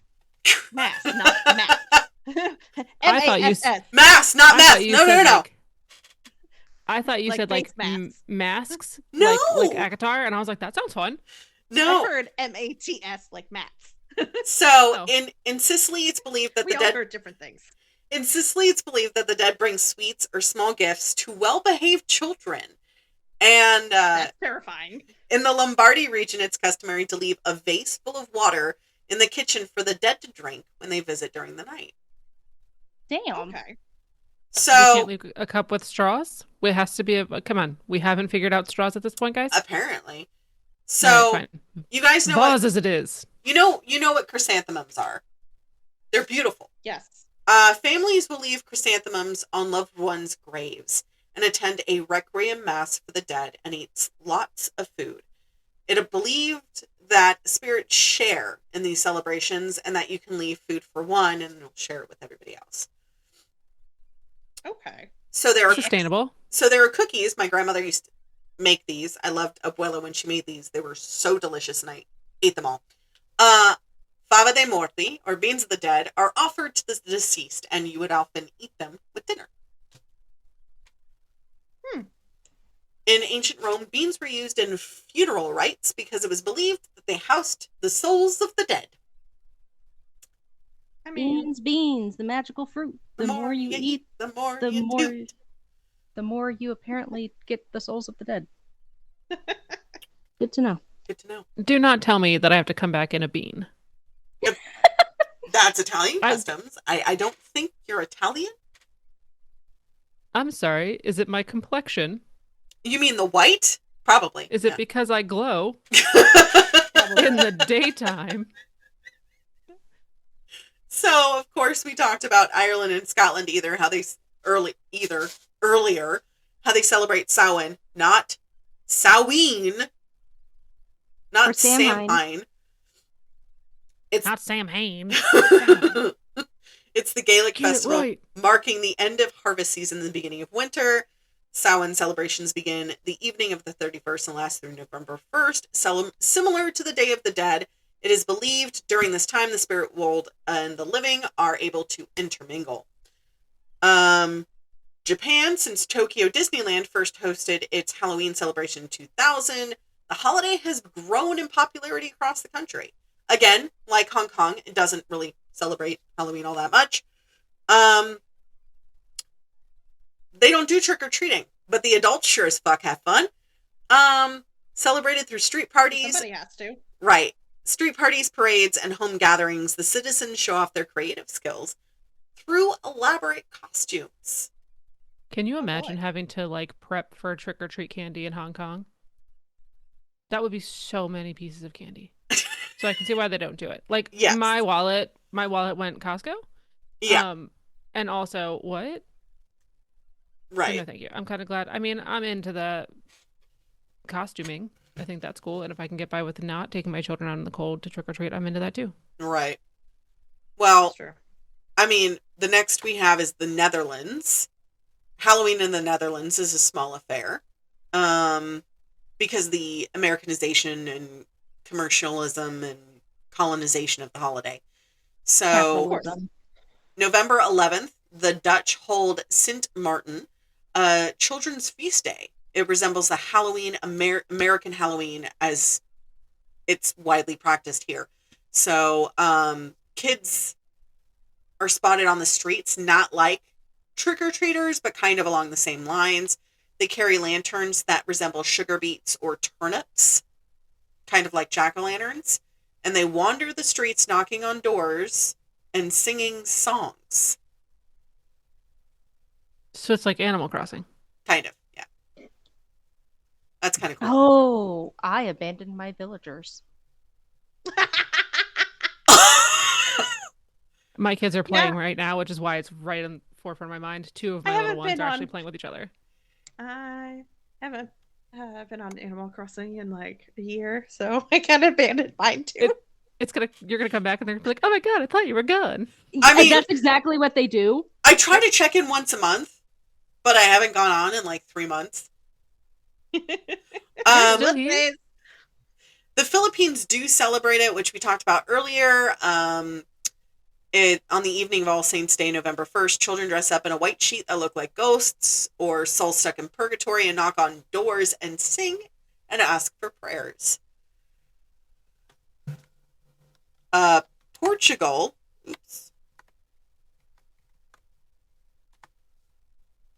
Portugal, they celebrate. What did my computer just do? I hate my computer. Let's try this again. In Portugal, Day of the Witches, or Dia de las Bracas, is an equivalent of Halloween.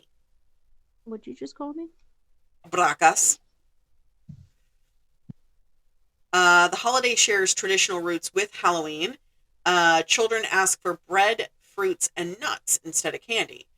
They also visit the graves of deceased relatives on Day of the Witches and adorn graves with flowers and candies.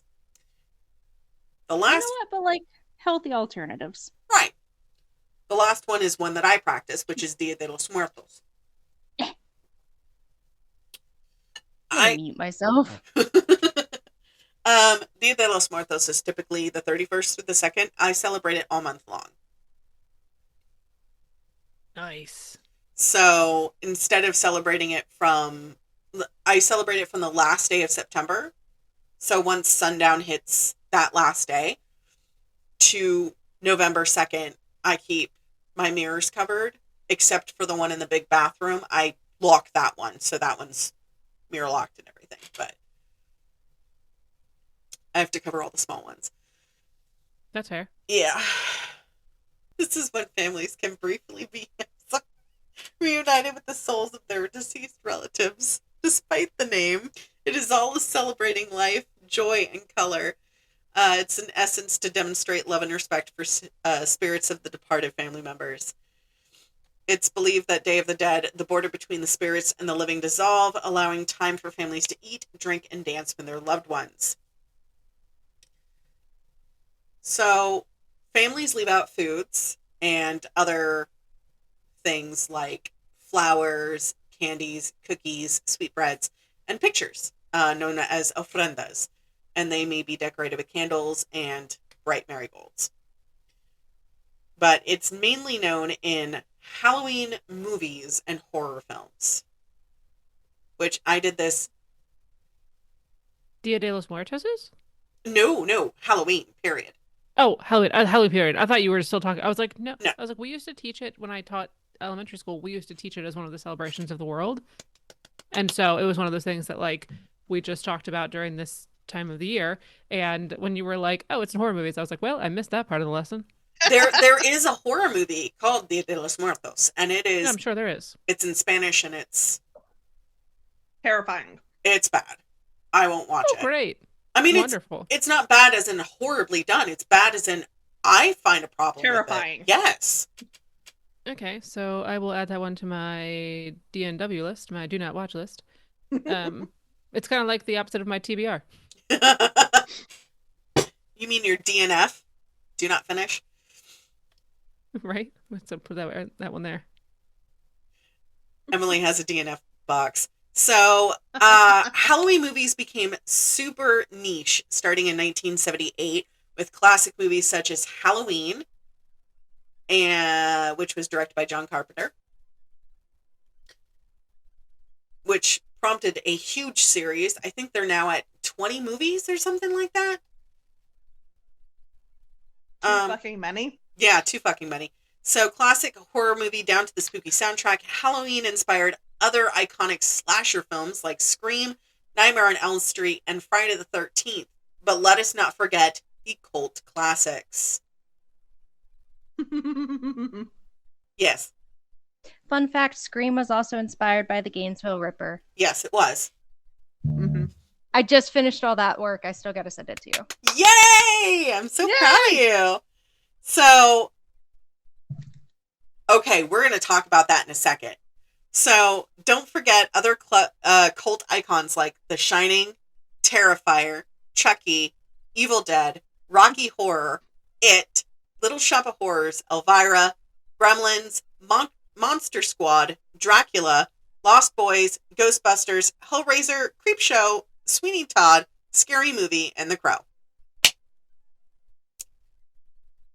What did you say about Chucky, Meg? So my youngest, we went to Michael's a couple of weeks ago and they have all like the Halloween decor out, and Chucky is one of the decor things that it has. And of course my youngest child was like, what is that? And I was like, oh, that's an evil doll. And he was like, why is he holding a knife? And I was like, that's a great question. And I'm going to find a way to explain this to you in a way that a 6-year-old is not going to get a nightmare. So I'm not exactly sure how I did it, but something took root in this small child's brain. And just this last week, he saw like a video clip of like a meme, right? It was like one of those like how your toddler acts when you tell them no more YouTube, but it's like Chucky biting the woman's arm. And he saw it and thought it was hilarious. And he was like, oh, that's funny. And then he came up with this like 4-minute long nonstop story about evil dolls with red eyes that come to life and kill people, and about how all of the dolls are like in an army and they go to everybody else's house, and then when the sunrise is coming up, says my 6-year-old, when the sunrise is coming up, they all scurry back to their dollhouse. My child has never seen any horror movies at all. I don't have them here. I don't watch them here. We don't talk about them. Right. This child went on a point by point like story arc of this horrible doll and like where it got the weapons from and all. And I was like, great. Do we need to see somebody? Ma'am, I think your child is possessed. Well, and the other thing is, and he's like, but everybody's fine now. And then he spent the next 30 minutes telling me that Chucky's arm was underneath our couch, and that's why he couldn't step on the floor. So it was like a Halloween version of The Floor is Lava. And Oh I my will tell God. you, I didn't sleep great. Terrifying. I didn't sleep great, and also had Oh, a no. slight thought of like, do I need to remove the knives from the house? I think you need to remove the child from the house. to be Right. honest. Good God. We're good now. We've gotten past it, but it was definitely like a conversation I had later with the other adult who was in my home where we just kind of looked at each other. We were like, are we good? Is this So a that was conversation we a have to fun thing. have? I was like, I don't have a manual for this one. This was not covered. Right. They did not, I must have missed that class. But yeah, he definitely, I think he just literally took like, me saying, oh yeah, it's a doll that comes to life and like hurts people. I think those are the literal words I said. And he just looked at that thing, put it in his brain and was like, I've got this. Like, sir, and that was weeks ago. You've been working on this for weeks. We love Put that much Knox. effort. By the way, Right, but can we put that much effort into maybe our schoolwork? Like, Maybe. you're supposed to be writing a sentence about how much you like your mom. Can we do that instead of like Terrifying things. a Stephen King Jr. novel? Like, I mean, we have a Knoxism Goosebumps. that we now do every time, and he goes, "You go first," and I go, "No, you go first," and Exactly. it's become a thing. But I did, just for you, Meg, put family friendly horror on here. thank you. You're Okay. welcome. But Chucky is the reason why I have such an issue with dolls. Okay. And then I meant porcelain dolls, and I was like, that's a real fuck no. That's worse. Have you seen the TikTok with the lady, the guy and the girl who are married who have a ghost, Ethel, in their house? I love Have you heard about Ethel. Yes. Did you see that Ethel really or recently possessed a goose and he's like really upset about it? And he's like, pick a doll, sweetheart. Pick a doll. I cannot have my ghost possessing a goose. My computer died. Oh, no. Welcome back to I mean, appropriate for a Halloween episode. So, my brother used to torment me. And he put that doll that my aunt made at the edge of my bed and moved it. Yeah, so I have a thing about dolls. I don't fucks with it. So, Meg, for more family-friendly movies, we have The Nightmare Before Christmas, It's a Great Pumpkin, Charlie Brown, The Witches, Monster House, The Haunted Mansion, Miss Peregrine's Home for Peculiar Children, Hotel That's Halloween Town. Yes, I get there. Hold on. Okay, sorry. Hold My on. head. Stop getting ahead of her. Halloween, Sorry, Hotel sorry. Transylvania, Casper, Corpse Bride, Coco. Fun fact: Disney tried to trademark Dia de los Muertos, and it backfired. Halloween Town and the sequels, Addams Family and the sequels, anything by R.L. Stine, and Beetlejuice. Fun fact: Beetlejuice is not a family-friendly film. It is not. Did you say Hocus Pocus? Yes, Hocus Pocus Okay, good. was the first one. Like third? Yes, First. the I was first. like, we started listening. And I was like, all of these are the things I watch in my home. Yeah. So we have a family friendly Friendly. family home. We have a family friendly Halloween home, So we talked. as evidenced by the decorations I have outside my house, which are literally like a dinosaur with a pumpkin and like we have all the blow ups. Yeah. So So we are that annoying house. we have that. We have that, which we're going to decorate after we're done with this episode. We're going to decorate for Halloween. Guys, we're filming this on the 13th. So way ahead of Halloween, but happy Halloween. Happy Halloween to you. We talked earlier about Happy somebody Halloween.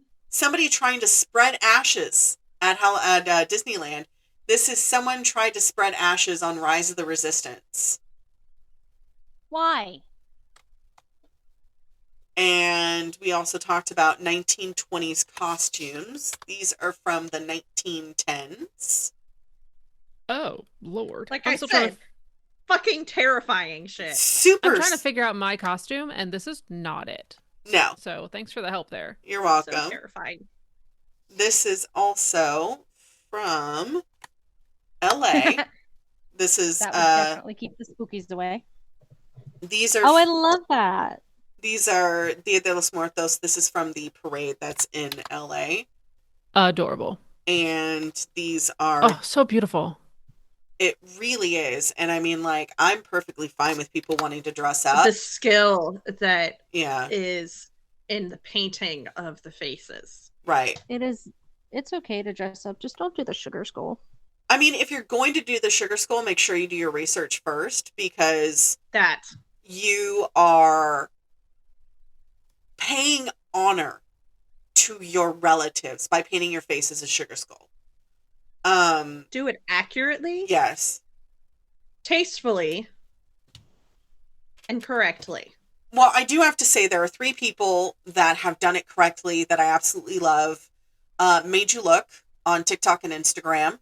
Oh yeah, she's amazing. She's amazing. Our beloved Bailey Syrian. And of course, Rachel. Megan, aka Daddy Lemons on TikTok. They've all done sugar skull, and they're white, and they've done it beautifully. They've done it absolutely wonderfully. However, this one is my favorite one for us babies that were born in the 80s and 90s. Congratulations, we have Batman and the Thing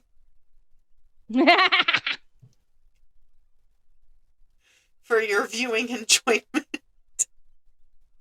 I was a pillowcase kid.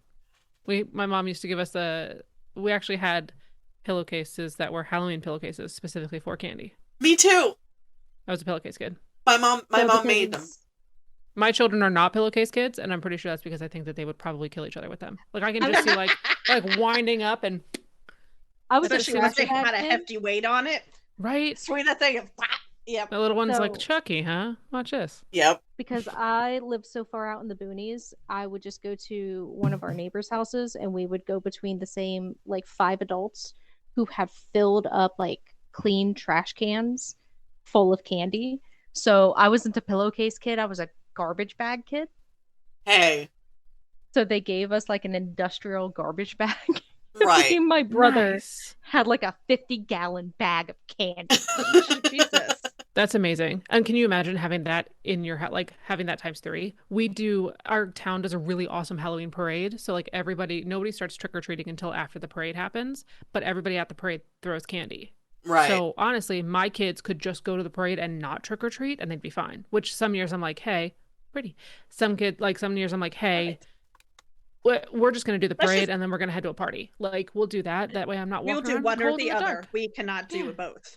Yeah. So, but I love the Halloween parade. And I used to be in the Halloween parade, like all of the marching bands are in. So when I was in high school, we used to be in, and like everybody would dress up. Every school in our county would come to our town and do the parade. It was so much fun. That is phenomenal. Cool. I love that. I remember the one year I wanted to go as like a schoolgirl or something. I wore like a Catholic schoolgirl skirt. Yeah, school age, wanted to go as a schoolgirl. I think it was from an anime. And I was with... That would explain a lot. I thought you said a squirrel. A squirrel? No. And I was like, why I did you pick squirrel first? Okay, because I heard squirrel, and then she said, I was like, what squirrel is wearing a skirt? Where do you live? So Florida. Okay. Got it. I heard squirrel, and then schoolgirl skirt, and I was like, maybe I didn't hear her correctly. And we went to my mom had a friend at the time, and I wore lipstick for the first time ever. And I remember stepping out of the bathroom, and my mom went, no. And I didn't understand it at the time, but as an adult, I do now. And I'm like, okay. Now I get it. One year, my brother's like 8 or 9 years younger than I am, and he went as Danny Zuko from Grease.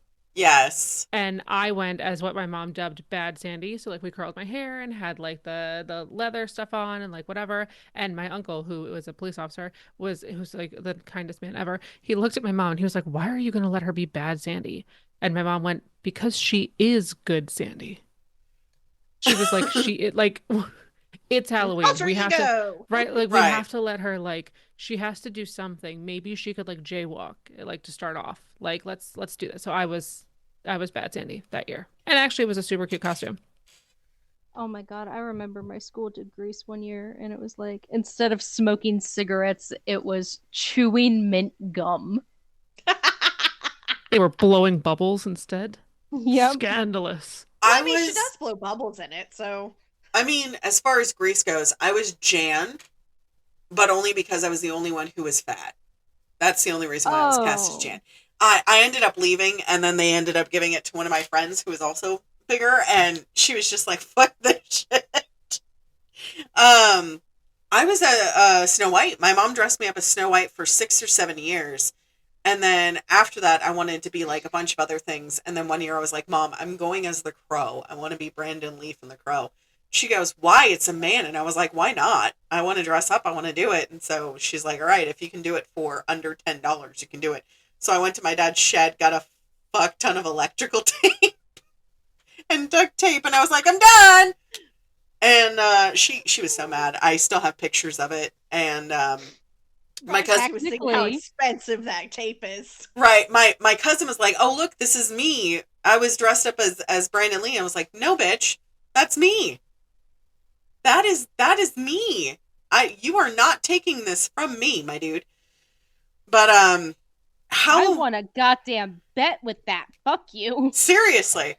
Halloween is huge. Halloween is huge and remarked in a lot of cultures and a lot of customs. Oh my god, yes, this is from this year, right? This is this year's costume. Knox, I remember when you said that the video. You want to be a banana this year, and I don't know how I'm going to manage that because they said they wanted something else. Okay, so I see Gremlin number 3 is a banana. Gremlin number 2 is a unicorn sloth. Is a rainbow sloth. Rainbow sloth. Okay. Yes. Gremlin 1 is a Slurpee?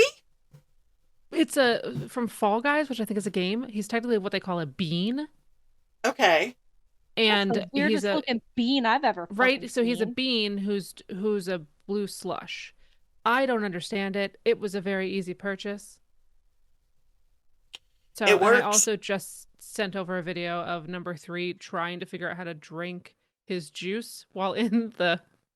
He just sticks his head out the hard. I will tell you, there is a zipper that goes directly down the front of his face, which is very accessible. It's funny. It's hilarious. He's going places. Maybe not college, but places. I think he's going to be a stunt double, but whatever. I mean, that's very possible. That's very possible, considering how accident prone he is. If you can learn to fall well, then let's do it. Let's make some money off of it. So, whenever it comes to Halloween, I always give one thing of advice. So, I think we should end today's episode with advice for Halloween. Do not drink drinks if you did not mix them yourselves. Or did not see the bartender. Or see the bartender mix them. As someone who lived in a very prevalent area for GHB and date rape drugs, thank you, San Francisco, for opening my eyes to that. Watch your drinks. And there's also a thing on Amazon you can get and through Kickstarter called Nightcap, which is a scrunchie. Goes on top of beer bottles and drinks. So there's also a nail polish, I believe, that is just coming out or has been out for a while. Yeah. That if you think your drink has been spiked, if you dip your finger in it, it'll change colors if it's been spiked. I did see that. I think it came from a college. Yeah. Mm-hmm. Yeah, I think it was actually a fraternity. It was a fraternity. Yeah. Go in groups, guys. Don't go by yourself. Yep. Never go alone. This goes for haunted houses as well. Yes. Definitely buddy system, and wear at least one item that is reflective. I'm sorry. That lights up. Every time somebody says buddy system, I think of heavyweights. Buddy! I mean, it works. If you're going out trick-or-treating with your children, always keep a flashlight on you and always keep something that can make a very loud, sudden noise. Yes. Yes. Never go up to the houses with the lights off. 9 times out of 10, if the house with a light off is there, it could signal A, they're not home, or B, that could be someone who has been marked by the police for you not to go there. That's true. I didn't think about that last one. Mhm. I always figured it was somebody that wasn't wanting trick-or-treaters or wasn't Mhm. home. Right. Yeah, Yep. we did the same thing. If the light's off, we're not going. Yeah, Exactly. we last year kept our light off because Still we had were at people knock. home and we still had people knocking. Right. Also, on a lighter note, there are several places where if you're going to trick or treat with kids, they have a map that they make where they list those who give out full-size candy bars. Yes. They We do have that. one of those where the houses are marked where it's like, yeah, if we're gonna do it, like they'll collect it or whatever, and they're like, hey, here are the ones, like these are the neighborhoods that have like the best candy. These are the neighborhoods that only give out pretzels. You know what I mean? They're also for those who have children with allergies. They do also Mhm. have usually like an allergen-friendly one where they give out, and usually that's marked by a teal pumpkin as well. Yeah. They have Yes. allergen-friendly options. So I Teal went pumpkin total. or a blue light. Yeah. Yep, I totally went like mom mode on that one, and I know that that's not the spooky stuff, but you know, No, we want that's everybody to have fun. this Yeah. is Have is fun and the be safe. right. This is the advice that you want to give people for Halloween. And of course, I said earlier, don't use Ouija boards. Contact your Yes. friendly neighborhood medium like you or me. And Yeah, the please don't do that. very last piece of advice, you're going to go out, you're going to party, you're going to drink. It's Halloween. Don't drive. Don't drive. There are Have a- Ubers, there are Lyfts. You have friends that might not drink. Have a DD. There's no Have a excuse at this DD. point for drunk driving. There never has been, but there is no excuse. There's so many things at your disposal. There's AAA Tipsy Call Toe. a wrecker. I was about to say, also, you can call a wrecker and they will tow your vehicle back to your house for you Right. and give you a ride. So there are options. Yeah. Don't get behind the wheel even if you've had one drink. A lot of So, towns actually have people who set up to do that just for these, like tonight or Yeah. New Year's Eve or whatever. right. I did it when Yeah. I lived in Sonoma County. My phone number was put on a flyer for anybody who needed a drive in that area and needed a ride home. If you want a Yeah. free tow home, the tow number for Tipsy Driver is AAA. It's 1-800-222-4357. Again, we're not sponsored or anything like that. But if you also do 1-800-AAA-HELP, that also gets you to Tipsy Toe too. They do it for free. You could call the non-emergency line for your local Yep. police station. And they can get you the information. Absolutely. Yeah. Or if you're just that hammered, you could call them and be, I'm messed up. I can't make it home. 9 times out of 10, they'll send someone to get you. And also Uber and Lyft do offer free rides home during that time as well if you were too inebriated to drive. I think there's like a special code that you put in or whatever like that. I did find out. Definitely, guys, look it up. Look into it. Right. Be safe. There is no Like- excuse.